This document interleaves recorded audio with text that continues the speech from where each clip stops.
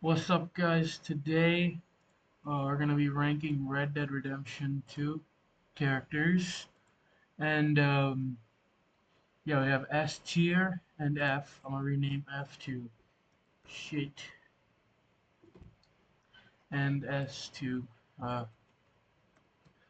goated, and you have everything else in between. Now, I'm gonna be ranking these guys based on how well they're written, so how often they're seen in the story mode, and um, just the vibe and my obviously my personal thing will be taken into fuck, will be taken into account. So let's get started. First character is Miss Grimshaw. Miss Grimshaw, I kind of feel like she's kind of feel like she's pretty angry all the time at Tilly. So I mean, she's just kind of there. Sometimes she'll talk to Arthur, and she dies. And chapter 6. I mean, I don't really like her that much, but she's sometimes is pretty funny. She only really is like doing something in the camp in that one mission. So in chapter 3. So I'm gonna put her C tier. I think she's okay. Abigail. Now, Abigail, I think she's pretty nice of a character. She roasts John a lot, so I think she's just B tier. I think she's okay. Dickhead.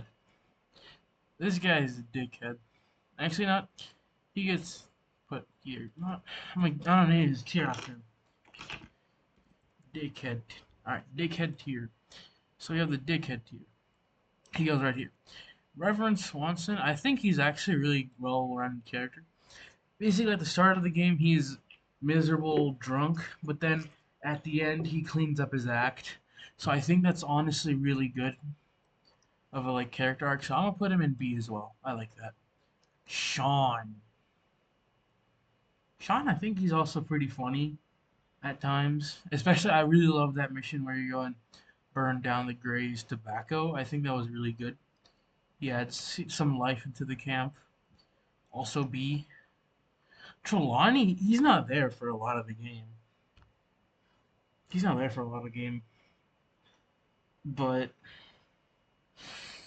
the missions where he's on, he's kind of a strange guy. And how he's written as well, he's just not meant to be, I mean, not even like one of the main side characters as well. He's just kind of there. Like he gets introduced to you in chapter 2, and he's there until chapter 6. So. That's pretty much it. I think he's in. Okay, yeah. Angelo Bronte. Now Angelo Bronte might be our first. I don't know, but I think he's a really good, well-written villain because he's definitely egotistical, and for probably good reason too. I mean, he basically owns all of Saint Denis. He owns all of Saint Denis, and I think it basically got to his head like, oh, I'm the big Italian man. I can do whatever the fuck I want, and then yeah, that gets him killed eventually. But honestly, really well written character. I'm gonna put him in A tier. There we go. And I think there's not much explanation here. He's the main character, obviously. Arthur Morgan, really well written. He's the one we actually play as for most of the game. He Yeah, he's all around a pretty good guy. Although one thing I do have an issue with is sometimes his flaws aren't really pointed out. Arthur will just be roasting Bill or someone like that, but like very rarely they just kind of talk back at him. So yeah, but even then without the flaws, he's still a great character. Next up, Bill. Speaking of which, in that one mission where I forgot what it was about, but I do remember Bill actually calls out Arthur. Now this is yeah, it's the Valentine bank robbery. What happens is Bill calls out Arthur saying, "Oh, well, what like whenever you fuck up, it's just like one of the things, but whenever I fuck up, it's the biggest deal in the world." Now I think that's actually a great thing on Bill because yeah, Bill is kind of a dumbass thing per se, but honestly, I think him pointing that out really makes him I guess not that bad. So I'm gonna put him B tier for Bill. Beaten. Catherine Braithwaite. I mean, the vibe I get from her is this sassy old woman who's kind of just done with life. And she's also racist, so yeah. Charles immediate goated tier. Charles is just that guy who's like he doesn't take shit from anybody, and he can back up what he says. Like if he gets in a fight, then he almost definitely would. Like and he's just this always calm, trustworthy guy. Like you can always rely on him. And whenever Arthur says, "Charles, will you ride with me?" Charles will be like, "Okay, sure," without asking any further questions. I mean, he's pretty closed off, calm dude. He doesn't get emotional, but when he gets angry, he really gets angry. Like if Charles gets pissed off, like you don't want to be there. You don't would not want to be on the other end of his anger. Dutch Vanderlyn. Dutch, definitely another goated. I mean, he obviously he's the main character, but damn, is he well written. At the beginning, he can. What I feel that is he was always kind of the same guy we see in chapter 6, but really after all those deaths, um, he really becomes who he is truly. Like he sheds off all of the like charismatic leader type stuff, and he really just doesn't give a shit anymore. He only cares about himself, and I do feel like the trolley heist had something to do with it as well. He does get bonked on the head, but really, I do feel like he's really well written. He is sort of, I guess, spiral further into chaos is honestly pretty depressing to watch because at the beginning of the game, you definitely see him as this guy who who honestly cares about Arthur. Like he cares about him. He calls him his son, but at the end, he just doesn't give a shit anymore. He honestly he left Arthur in in one of the missions. So my only son, I think it's called. But yeah. And speaking of that mission, we have Eagle Flies next. I really like Eagle Flies. He's just sort of this angry, restless type character, kind of like Sean. But I mean, Sean and Eagle Flies, like Eagle Flies has, I mean, he's seen a lot. I mean, he knows what type of crap him and his tribe are going through with the U.S. government. He knows the type of shit that happened, and you feel sorry for the guy, like really, because like you, like he wants to go and give it back to them, but it's not like 1850 or even the 1700s or 1800s. My bad. It's not that. It's just not anymore. Like back then, yeah, the Native Americans could really put up a fight because eh, like they had strength in numbers and they had well not just land, but Europeans when they came with their diseases kind of fucked them up. So like all those years of resentment and anger really shows. Same with Catherine because she was alive during the American Civil War most definitely, but really I feel that resentment coming off. No further. Hosea Matthews. I think he's really cool.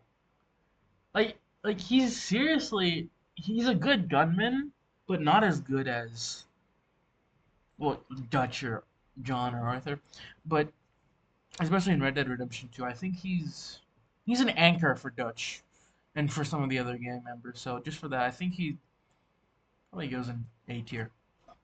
I think he deserves A tier.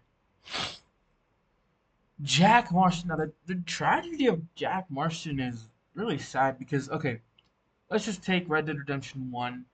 John Marston, he finally owns a plot of land, and he's just trying to live. But unfortunately, his past comes up to him with Edgar Ross and the whole bureau, and he does all of that work. He kills Bill, he kills Javier, or depending on how you played through it. He eliminates them because he only cares about his family at that point, and that was to just to save Jack from becoming an outlaw. or at least try and teach him to be better than him and Abigail. And he does say that in the epilogue, in the missions. When he takes Jack out fishing. So it's really sad because at the end, it's definitely implied that Jack becomes an outlaw for a bit. Like he might have become a writer. I know there's some Easter egg in GTA 5 where it says Jay Marston on a book. He might have wrote that. He might not. Could be another Jack Marston. Who cares? But it's really tragic what happens, and it's all inferred as well. So I honestly really like that A tier. Javier Escuela. This is also pretty sad because at the beginning of Red Dead 2, you see him. He's very willing to go and rescue John. He actually wants to find him, whereas Arthur kind of just says, "Ah, fuck John. He's a dickhead." Um, but at the end, it's really tragic because he just betrays John. Like, not outright, but even in Red Dead Redemption 1, like he just, he doesn't care anymore. He wants John dead and whatnot. So A tier again, great character. John Marston S tier, but go to tier.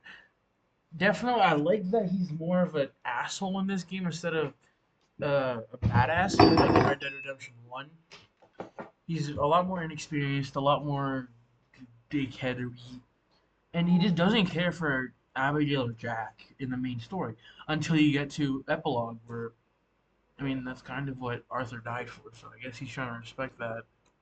Karen, I think she's C tier. She's okay. Not much to say on Karen. Same with Kieran. I think he's cool, but yes, same with him. I don't have much to say on him. I just don't. I mean, they're okay. They were great as side characters. Lenny Summers, also pretty tragic for him. He dies at 19, but he's got this full, life blood with him. He's got a lot of character. I mean, his dad is a freed slave and whatnot. Same with Charles. Like, I think it's inferred that he's a freeman, but yeah, it's tragic. Leviticus Cornwall. I think he's a pretty good villain. Although pretty kind of basic, big business guy. But very fitting in 1899 because at this time there were a lot of monopolies, and they wouldn't really go away until Teddy Roosevelt came into office. So I mean, him owning sugar plantations, whatnot, in Guam. I think he's just a really good, pretty cool villain. Mary Beth, I think she's nice. She becomes a writer at the end. She's okay. I'm gonna put her right there. Definitely above these few lot, but definitely there. Micah, just from a writing perspective, this guy's great.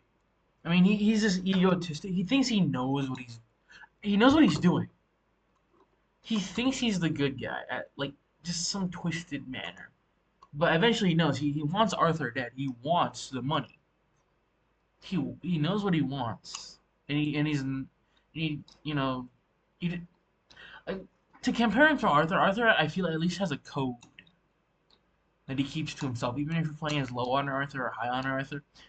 I think he has a code. Same with John, and even Dutch to some extent. I feel like they have a code, but Micah, he just doesn't have a code. He doesn't care. If he wants his goal, and he will do anything to accomplish it, and I mean anything. Molly O'Shea, she's pretty bland, I guess. I mean, she's just Dutch's girlfriend who gets shot. Same with that. Pearson. I actually think Pearson is one of the few gang members who gets a happy ending in Red Dead Redemption. That's confirmed, at least. That's confirmed. Because we don't know about Jack, Sadie, Charles, and all the protagonists. They die at the end of their games. Pearson, I mean, he owns a shop in Rhodes, at least by the time of 1907. So I think he's settled. I mean, he has a wife. He's probably gonna have some kids. Honestly, good. I like Pearson. Rain's Fall, another tragic character. I mean, you gotta feel for him. I mean, his wife died. His firstborn, I think, his head got stomped in. I mean, you feel bad for the guy. think he's good as just sort of you kind of feel pity on this guy. You feel bad, but I think he's a great character.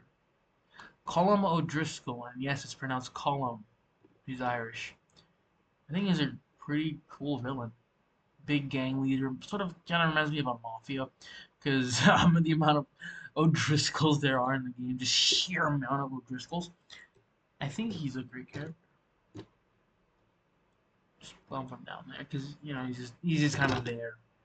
Sadie, I think she's a great character. Overall, she's great. Just overall, like she goes from this, like she can't take care of herself properly. Not, I wouldn't say can't take care of herself. Um, but she definitely goes from just completely depressed to crazed lunatic. Like she's not like Arthur, where she has a code at least, but not as rigid as Arthur, as I would say, because she just fucking stabs a guy and just for bothering her a bit. Just crazy. And Tilly, D tier, just not really into. I mean, she's just there, kind of. You can say hi to her. And that's kind of it. And Mr. Lumbago himself. Oh, this man, fucking the best character of all time. The best character in the entire franchise. The best character in the entire franchise, Mr. Lumbago. Fucking hell. I just feel he's comedical. I mean, he's meant to be comedical. Comical. Comical, I think that's the word. I forgot. He's meant to be comical. He's meant to be, the butt of every joke. I love him for that. He's an old guy. He's seen a lot of stuff. I mean, he's lived through like the Civil War at a young age as well. That's got it. I mean, I don't think he fought in it because he's probably a bit too young. But he's definitely heard about it. I've definitely seen a lot. So yes, this is my final ranking, and yeah, I mean, if you agree with it, good for you. If you don't, you can again go run into a brick wall at full speed. So thank you for watching. If you want, subscribe, like all that nonsense. So yeah, who cares? Enjoy the tier list. If you didn't, I don't really give a shit.